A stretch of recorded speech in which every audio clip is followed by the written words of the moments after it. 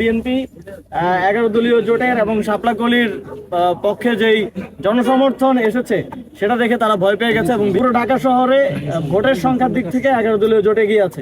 সুতরাং গণতন্ত্রে বিশ্বাস করেন এবং মনে করেন যে আপনাদের কিছুটা হলেও রাজনৈতিক গ্রহণযোগ্যতা আছে, তাহলে সাহস করে নির্বাচন দিন, প্রতিদ্বন্দ্বিতা করুন এবং মানুষের রায় নিয়ে সেখানে বসুন। কলমের খোঁচায় প্রশাসক না হওয়ার প্রতি আহ্বান থাকবে। তারা গণতন্ত্রের কথা বলেন, কিন্তু এখন আমরা দেখতে পাচ্ছি তারা গণতন্ত্রের ভয়ে তারা দলীয় লোকদেরকে প্রশাসক হিসেবে নিয়োগ দিচ্ছেন।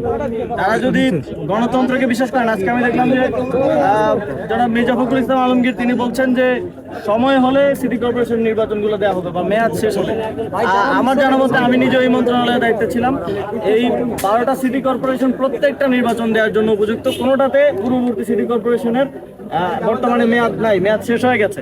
তো এমত অবস্থায় প্রশাসক নিয়োগ দেওয়ার, নির্বাচন না দেওয়াটা আমি মনে করবো যে বিএনপি 11 দলীয় জোটের এবং শাপলাকলির পক্ষে যেই জনসমর্থন এসেছে সেটা দেখে তারা ভয় পেয়ে গেছে এবং বিশেষ করে শহরগুলোতে আপনারা যদি ঢাকা শহরের 15টি আসনের যোগফল বের করেন যে কত ভোট 11 দলীয় জোট পেল, কত ভোট বিএনপির জোট পেল, সেখানে কিন্তু পুরো ঢাকা শহরে ভোটের সংখ্যার দিক থেকে 11 দলীয় জোট এগিয়ে আছে।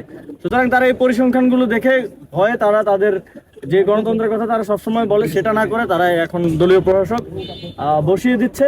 এবং আমরা তাদেরকে আহ্বান জানাবো, আপনারা যদি গণতন্ত্রের প্রতি সম্মান রাখেন, আপনারা যদি গণতন্ত্রে বিশ্বাস করেন এবং মনে করেন যে আপনাদের কিছুটা হলেও রাজনৈতিক গ্রহণযোগ্যতা আছে, তাহলে সাহস করে নির্বাচন দিন, প্রতিদ্বন্দ্বিতা করুন এবং মানুষের রায় নিয়ে সেখানে বসুন। কলমের খোঁচায় প্রশাসক না হওয়ার প্রতি আহ্বান থাকবে।